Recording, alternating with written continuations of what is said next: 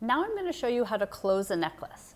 If you take a look, I have my necklace strung all the way around, and I've also checked my neck to make sure that it fits nicely. You can also use a tape measure if you know the length of necklaces you like, and account for about 3/4 of an inch to 1 inch for the clasp. If you put two bead stoppers next to each other, it usually equivocates to about the size of a clasp.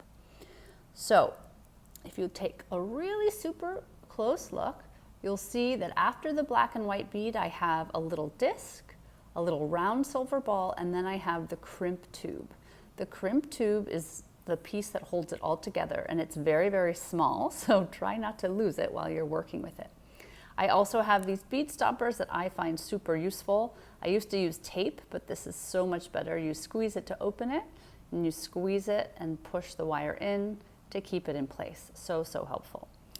So now let's go over what tools we're going to use. You can see here I have a bead mat. That was really helpful while I was stringing my beads. Whenever a bead falls, let's see if we can do it. If a bead falls, see, it doesn't go very far. It kind of bounces and lands. If it lands on the floor, they tend to go everywhere. So what I'm going to use to close my necklace is this crimping tool. It has 2 holes.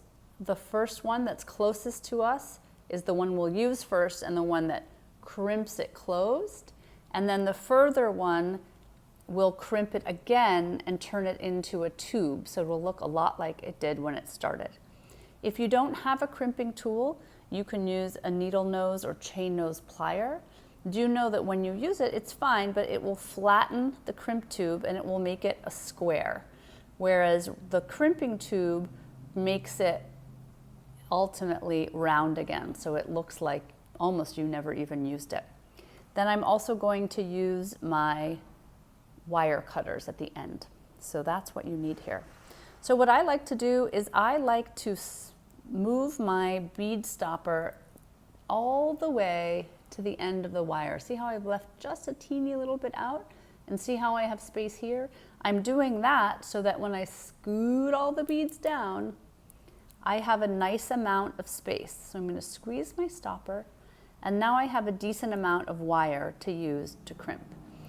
You might have more than what I have. I have learned in challenging times I can do it with about 3/4 of an inch, though I don't recommend it. So here's my toggle clasp. Obviously this works with any kind of clasp. I always start with a circle. It's just I've done it out of habit, and I find that it helps if you're closing a whole bunch that you don't accidentally put 2 circles on the same end. So I've put my wire through the circle of the clasp. Now I'm bending the wire slightly, and I'm going to refeed it back into that crimp tube. Can you see that? So see how there's that loop? Now this space is a little bit too much space. You want to smush. So I'm just sort of pushing with my finger. Over time I found that my thumb and my pointer finger work the best to kind of push this tube up. Now this is the perfect amount of space up here. So I can move it. You don't want to move the crimp tube too close so that you can't move it. And you also don't want it to be a huge loop so that it changes the length of your necklace. So now that I've got it at about the length that I want, or the spacing that I want, I'm going to take my crimper and I'm going to put the crimp tube and the wire into the hole that's closest to me. Then I'm going to squeeze it tight. Now look what happens. I hope we can see this here. See that? How it becomes kind of concave. So now I'm going to move the part that I bent away from me or to the wall.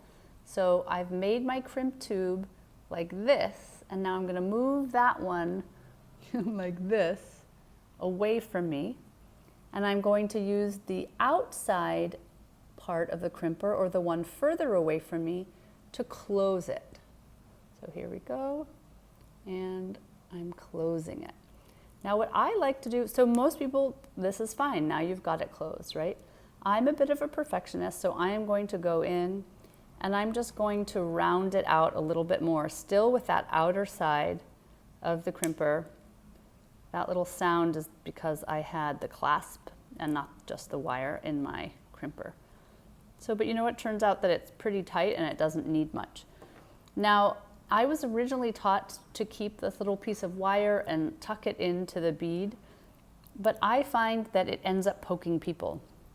So what I do is I cut off that excess wire, and the best way, and so see how this part of the cutter is flat and this one isn't? I want the flat side going in here because then I can get as close as possible. And I'm going to go in there, you see that? And I'm going to cut that off. Now normally when I'm not shooting a video, when I'm cutting, I often cover it like this so a little piece of wire doesn't go flying. It could hurt your ears. They often recommend safety glasses. I've found that just covering the area, so I cover the area and then I cut, and that allows me to be able to protect my eyes. So now I'm going to do the same thing on the other side. Now the thing you want to think about is you don't want any space, right? So we don't want to close our necklace right here, and then we have this big space and all the beads are moving around. It also changes the length of your necklace, right? So I'm going to do the exact same thing I did, weave the wire through the circle of the clasp, then again back through the crimp tube, and then scoot it. Now if I were to do what I did on the other side, I would end up with this space. So you can either pull your finger, use your finger to pull, or I like to use little chain nose plier. I just find it easier and a little more secure. Then I always like to lift up the necklace, and I can't quite show you here, but I lift it up to make sure that there's not a lot of space that I wasn't counting on. So now I'm going to do the same thing. I'm going to take my crimper and I'm going to put the crimp tube in the further slot, or the one closer to me, and I'm going to pinch it. Then I'm going to take that concave side that I just created and move it a bit away from me to face the wall. And then I'm going to use the opening that's further away from me to round it. So the first one bends it and the second one rounds it back to look like the tube that it started with. And I may say so myself, that's a pretty good one and I don't need to round it out again. See that, how it looks like the tube? Then we do this last thing and we cut off the wire. Over the years, I found, and it's kind of hard to describe, but again, it's my thumb and my pointer finger I pinch the wire, and then I use the rest of my hand to pull the necklace away. So of course, this clasp is hanging in the way, so I can't show you.